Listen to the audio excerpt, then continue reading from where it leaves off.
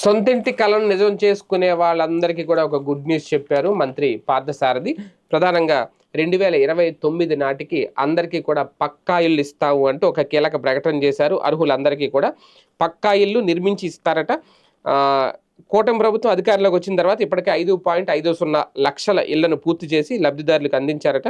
2026 August నాటికి మరొక 2.70 అంటే 2,70,000 సెప్టెంబర్ నాటికి 1.62 అంటే 1,62,000 ఇల్లు నిర్మించి ఇచ్చేలాగా ప్రభుత్వం చర్యలు చేపట్టింది.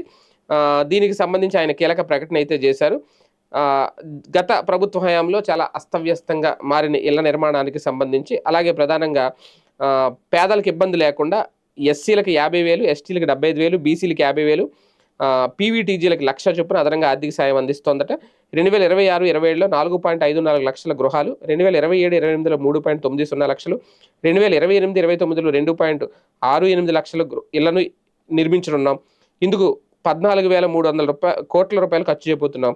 PMAY 2.0 కింద పట్టణ గ్రామీణ ప్రాంతాల్లో ఇళ్ల నిర్మాణం చేపట్టబోతున్నాం. ఇక్కడ ఇళ్ల కోసం 10.42 లక్షల మంది దరఖాస్తు చేసుకున్నారు అనేది. 2029 అంటే ఇంక ఎన్నికలకు ముందు అనమాట. ఎన్నికలకు ముందుకు వీళ్ళు చెప్తున్న లెక్కల ప్రకారం అందరికీ కనుక పక్కా ఇల్లు కనుక ఇచ్చేస్తే ఖచ్చితంగా సొంతింటి కల, పేదవాడి సొంతింటి కల నిజం చేసిన ప్రభుత్వం అవుతుంది. మరి మాటలు ఎంతవరకు నిజంగా మాట నిలబెట్టుకుంటారు, హామీలు ఎంతవరకు నెరవేరుతాయి చూద్దాం.